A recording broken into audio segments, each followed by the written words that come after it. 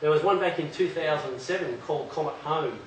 Holmes actually orbits the Sun every 6 years or something, so it's not like Halley, it comes back regularly.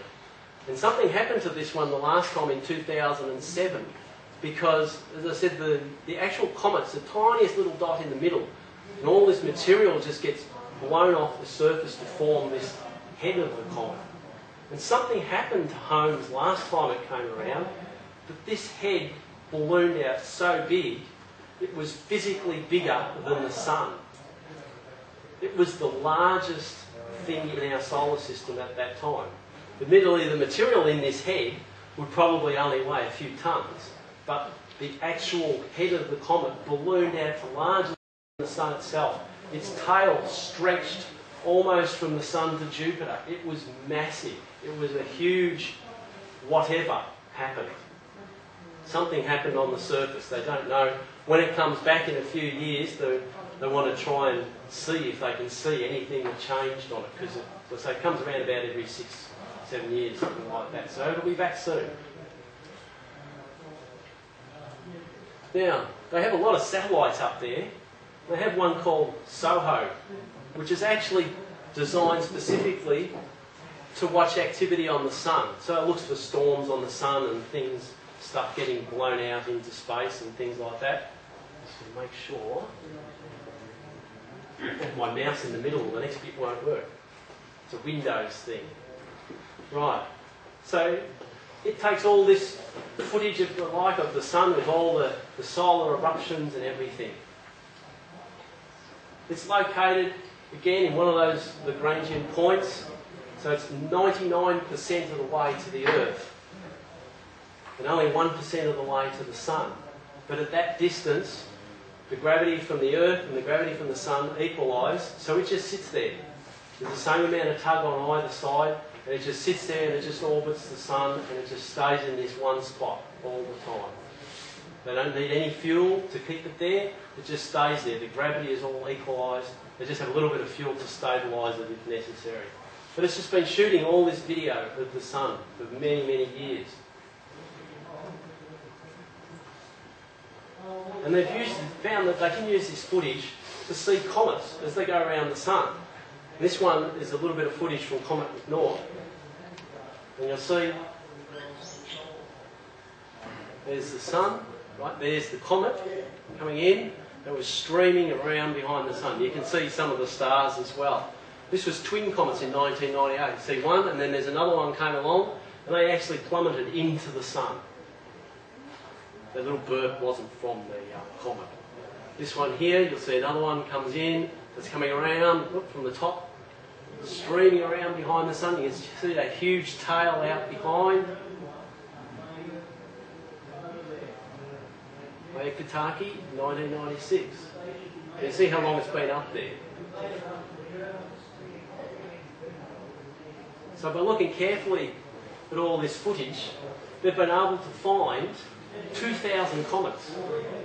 So comets are not that rare. They found 2,000, just as they look at this image and they see a comet go past, they found one. Because they might come from the other side, it might come in from behind the Sun and we can't see it. But SOHO can see it as it comes around the Sun, it comes into the field of view and they can find another one. So it's actually the largest discoverer of comets ever. But it is a satellite, so it doesn't really count. Halley's Comet's probably the most well known. It's in the Bayeux Tapestry you can see here, which was the Battle of Hastings, which was 1066, although they think this was actually made around they think about 1077, so it was 10 years or so after the actual battle. But there are stories of this thing in the sky that looked like a huge sword or a dagger at around the time of the Battle of Hastings. And in fact, because a lot of civilisations, the Chinese in particular, kept very detailed records of things that happened in the sky, they've actually been able to trace it back. They know when Halley's Comet comes around, because it's very regular, every 76 point something years. They go back through the records, and they've got records that they know all the way back to 240 BC of Halley's Comet. So Halley has been going around and around the Sun for more than 2,000 years and continues to do so. How long are they until enough stuff comes off? Oh, you'll see when I put some of the figures of how much material Halley loses, it could be a very long time. Even though when you look at the figures first, you think, how come it's still going? But then you look at the other figures and you go, I can see why. Because it's not actually losing very much. In 1986, they sent the first space probe up to intercept Halley's Comet, because Halley came around in 1986. They prepared for this mission, and it was to go as close as they could to Halley without being demolished. So it flew within 600 kilometres of Halley, so it was actually able to take an image of the comet itself. This is the actual comet. This is part of that coma, the head. And then you can see there's little jets of material coming off in various locations. But that's the actual comet itself. It sort of looks like a funny shaped peanut. And they could calculate how much material this was losing. It was losing 3 tonnes of material every second. So as much material for 3 land cruisers every second, that much material was thrown into space. But it weighs 200 billion tonnes. So even at 3 tonnes per second, it's a long time to get rid of 200 billion tonnes. Because it only loses at this rate when it comes down near the sun. Most of the 76 years, it's not losing anything because it's millions of kilometres from the sun. So even when it's at its peak, it's only a very short period of time. Most of the time, it's not losing anything much at all. But because it weighs so much, they found that it's approximately 80% water. It's about 15 kilometres by 10 kilometres inside, which is about average for a comet. It's not particularly big or particularly small. But in 2005, they had another spacecraft that they sent up to one called Tempel 1. This one was much further away, so you can see there wasn't all the gas and everything in the road, so they could get a much better picture of it. You see, it looks like a sort of a smooth asteroid, if you like. This was from about 200 kilometres away. And what Deep Impact did, they had this large copper missile weighing 370 kilograms, so about a third of a tonne, made of copper. The reason they chose copper is because there is no copper in comets. So when they measure the light that comes off the impact, and they can measure the chemicals that are sent off into space by the spectrum that they emit and all that sort of stuff, they know exactly what colour comes from copper. So they know all of the stuff they measure that's copper, that's from this big slug that they slammed into the comet. Everything else is from something else, because basically there was only copper in it. It also had a camera and a couple of other things, but that's pretty small compared to the actual copper that was there. So they fired this at 10 kilometres per second into Tempel. Now you imagine if you got hit by something that weighs 1/3 the weight of a car, at 10 kilometres per second, it's going to hurt. Now the front of this little copper projectile has a camera, and it was clicking away, taking photos as quick as it could before it actually impacted. And this was one of the last photos it took. It's a little bit blurry, I suppose the autofocus doesn't work that well when you're going 10 kilometres a second, but you can see it's got a few impact craters and stuff. And that slammed into Tempel. Made this huge explosion. It was so bright, the sensors were blinded for a number of seconds because there was so much more light than they expected. It was the equivalent of about 5 tonnes of TNT going off.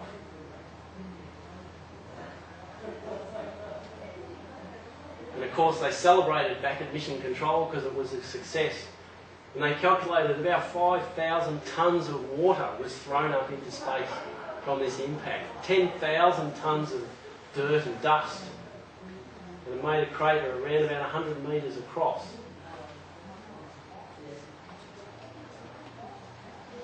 It then continued on to another comet called Hartley 2. And of course it didn't have a copper slug now, so it couldn't actually fire anything at it. But it got fairly close, 200 kilometres of Hartley 2, and you can see this, they think, might also be 2 large rocks that are bound together. perhaps the ice is sort of sticking these two rocks together. They're sort of dumbbell shaped. It's got a lot of little stones on top of it, little rocks. And you can see it looks like maybe two big rocks here with a whole heap of stuff in the middle. And you can see some of the little jets of material coming off. As it comes in closer to the sun, it's starting to warm up and sending out all these little bits of material, dust and water vapour. Quite small, it's only 1.5 kilometres in length. So compared to Halley, it's much, much smaller. So a lot of these comets, they orbit the sun for thousands of years like Halley. It's been going for at least 2,000, and it could easily have been going for 20,000 years. We don't know. But not all the comets are that lucky. They don't get to orbit the sun for millions of years and nothing happens. This one, Schwarzmann-Wachmann 3, in 2006, as it approached the sun, you can see large amounts of material were peeling off the back of it. The comet actually broke up as it went around the back of the sun, and that was the end of it. Schwarzmann-Wachmann 3 was no more. And all the material just plummeted into the sun. Schumacher-Levy slammed into Jupiter in 1994. They think what actually happened after they saw the impact, they could calculate that about 20 or 30 years before the impact, so in the mid-1970s or so, this comet came around near Jupiter and it got so close that it actually got caught in the orbit. So Jupiter grabbed hold of this comet and it couldn't get away, so it started to orbit Jupiter. But it maybe orbited a few times, and then one particular orbit got so close that it basically changed the orbit to the point where it was going to hit next time around. So it went around the final last time, headed straight for Jupiter. Jupiter's gravity tore it to pieces into this long string of comet pieces. And they slammed into Jupiter, bang, bang, bang, bang, one after the other, making massive bruises in the atmosphere of Jupiter. They reckon it hit at about more than 200,000 kilometres per hour, because the gravity from Jupiter was so great, it's just accelerating it towards it. Now, if we were to just take one of those little bruises and put that over the Earth, you can see how big it is. One of those bruises would cover the whole of the planet. It was so big. Fortunately, it hit Jupiter rather than us. Jupiter was hit again, they found, in 2009. Something about 300 metres in diameter, probably an asteroid or something like that. And then just last year, something about 10 metres, so something a bit smaller than this room, hit Jupiter again. And they could see some evidence of that as well.